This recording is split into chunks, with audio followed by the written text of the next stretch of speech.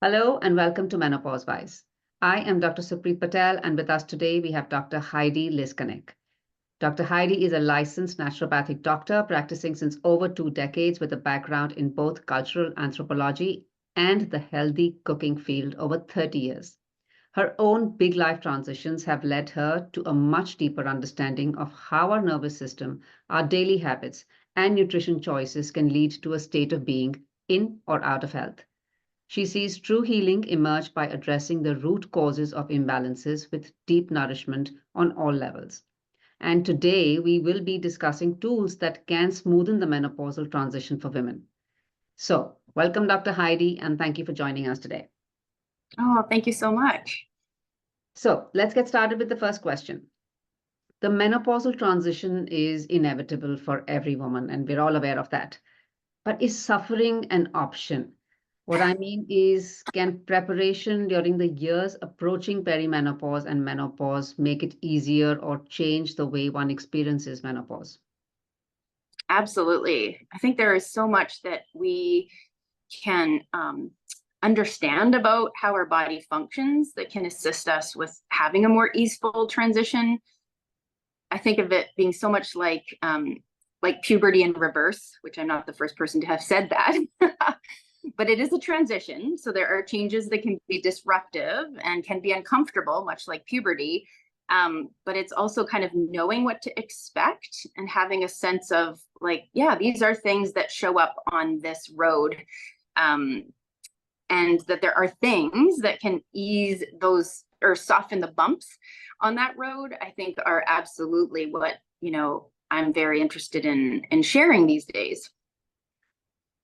So could you tell us more about these things? Let's just start with things that can make it easier and then look at the flip side and perhaps tell us what can make it worse.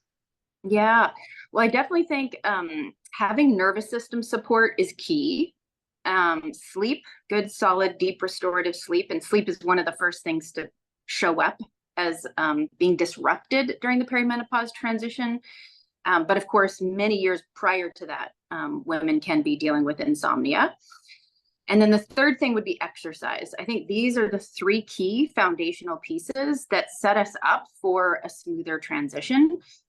Of course, because I'm a naturopathic doctor, many people come in and see me and they're very interested in, herbs or supplements or bioidentical hormones. And by all means, those can soften the symptoms that arise.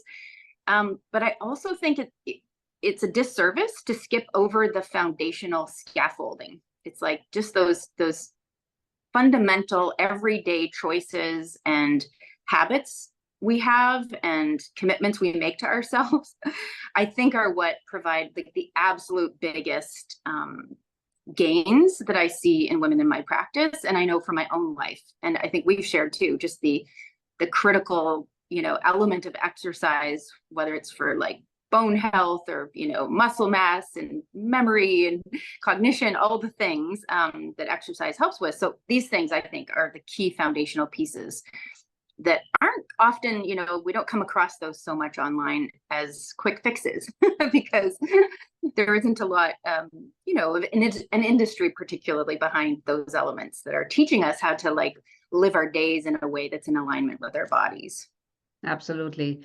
But when we talk about smoothening the transition, when do you think would be a great time to start working towards it?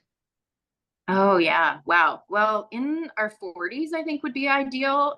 But even prior to that, I mean, if we could have the same amount of education about what healthy aging and maturing looks like, I think we would be really set up for a more graceful experience of aging in general. So I think one thing that I notice, and I've seen a lot in my practice, is much younger women very concerned about skin health, as far as not acne so much, which is, that does happen, but a lot about wrinkles, actually. There's a consciousness about what I do today, my sun exposure, my skin care routine, my moisturizing will affect my skin when I'm older. Right. And there's a great interest in anti-aging, and so I think your question is so relevant because there is a consciousness about what I do today impacts to my skin tomorrow. And I think less so about what I'm doing with, my diet and my lifestyle will affect my hormones in the future. So yeah, I would say 40 would be kind of fundamental time, but even 30s would be wonderful. Right. Considering there would be a fair amount of women who could get menopausal around 45, especially when you look at the global average, Indian women tend to get menopausal around 5 years earlier, which is around their average is around 46 years. So perhaps Wow. starting a little earlier for them, maybe a better way of them approaching menopause later on. So Yeah. coming